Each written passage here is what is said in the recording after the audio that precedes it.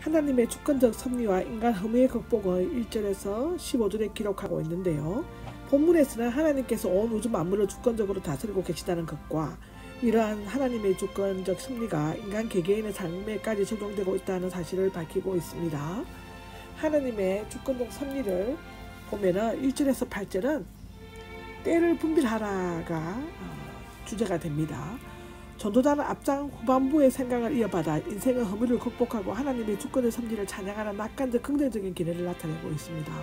특히 여기에서는 모든 일에 있어서 세상이 아닌 하늘 위로 바라보고 그곳에서부터 오는 즐거움을 소망해야 하는 이유를 밝히고 있는데, 그것은 모든 일에 하나님께서 정하신 계획과 목적에 따라 정해진 때가 있기 때문입니다. 전도자는 이를 설명하기 위해 14가지의 진리를 들고 있는데, 이를 통해 인간의 세상적 수고가 모두 헛되고 무익하다는 결론을 자연스럽게 내려지고 있습니다. 여기에서 1절과 8절을 정리해보면 이렇습니다. 첫째는 세월을 아껴야 하고, 두 번째는 시기를 분별해야 하고, 세 번째는 준비를 잘해야 한다는 것으로 알려져 있는데요. 세월을 아껴야 하는 것은 성경의 에베소서 5장 16절, 시편 90장 10절에, 욥기 7장 6절 9절 25절 말씀에 있습니다. 시기를 분별해야 하면 성경에 누가복음 21장 34절에서 나오고, 로마서 13장 1절에서 14절에 나오고요. 마태복음 25장에도 나옵니다. 준비를 잘해라고 하는 성경의 기록은 마태복음 25장 1절에서 13절까지고요. 베드로후서 3장 11절에서 12절에도 나오고, 데살로니가전서 5장 4절에서 8절에도 기록하고 있습니다. 전도서 3장입니다.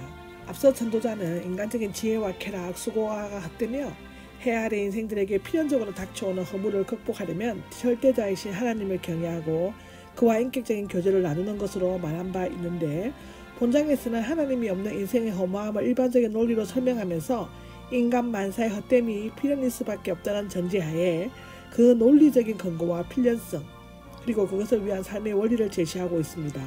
그 이유는 인간의 모든 활동은 하나님의 절대적 주권과 포괄적인 계획에 의해 전고되어 있기 때문입니다. 인간의 허무가 9절 10절에 나오는데, 앞에 14가지 대구 형식의 예정을 통해 얻은 결론으로서 하나님의 주권과 해 아래 인생에 대한 섭리를 인정하지 않고 자신의 의지와 능력만으로 세속적인 낙을 누리려는 모든 시도가 참된 미혹을 주지 못한다는 사실을 강조하고 있습니다.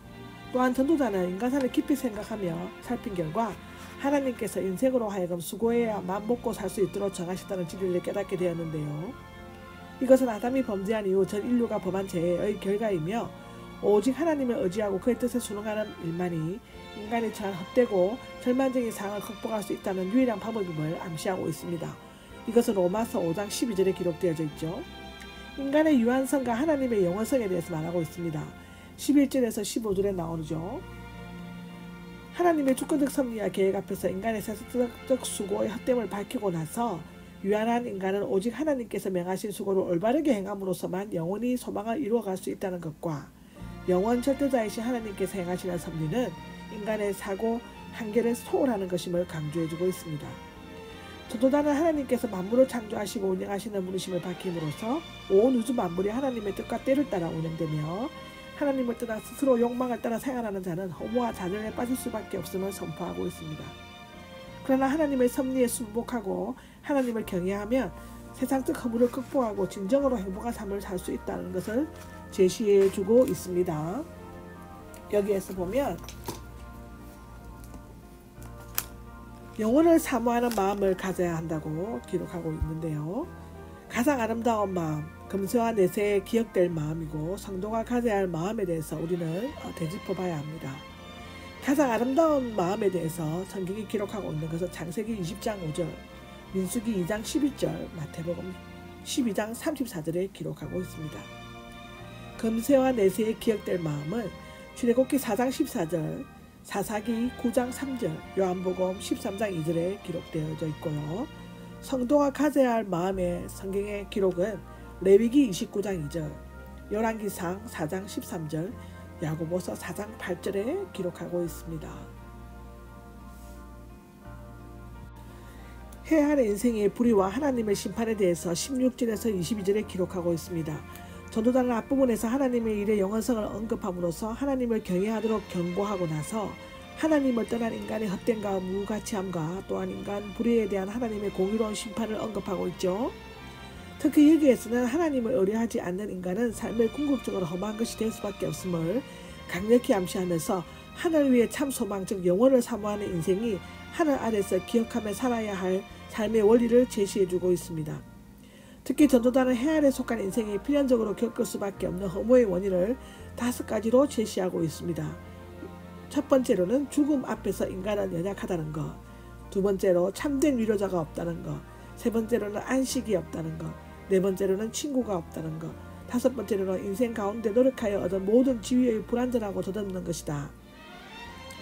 이와 같은 일들은 유한한 인간이 스스로 극복할 수 없는 것들로서 인간에게서는 고독함과 허무, 무기력만을 안겨다 줄 뿐만 아니라 결국에는 죽음을 맞게 되고 심판을 받게 되는 근거가 될 수 있다고 기록하고 있습니다. 사실상 우리 인간은 불의하고 악하며 정의와 선행을 할 수 없으므로 하나님께서 개입하셔서 심판하실 수밖에 없습니다. 이 심판은 오직 하나님의 때에 이루어질 것이지만 이 심판의 때는 불확실하죠. 그런데 공의를 집행해야 할 법정은 불의로 가득 차 있고 모든 인간은 짐승과 동일하게 죽음을 맛보게 됩니다. 더욱이 의인과 악인이 똑같이 흙으로 돌아간다면 인간은 가장 비참한 존재가 될 수밖에 없을 것입니다. 특히 해 아래 인생을 모든 것이 헛되다 라고 표현한 것은 하나님을 의뢰하지 않는 인생의 무의미한 실체와 덧없음을 분명하게 나타내 보여주고 있습니다.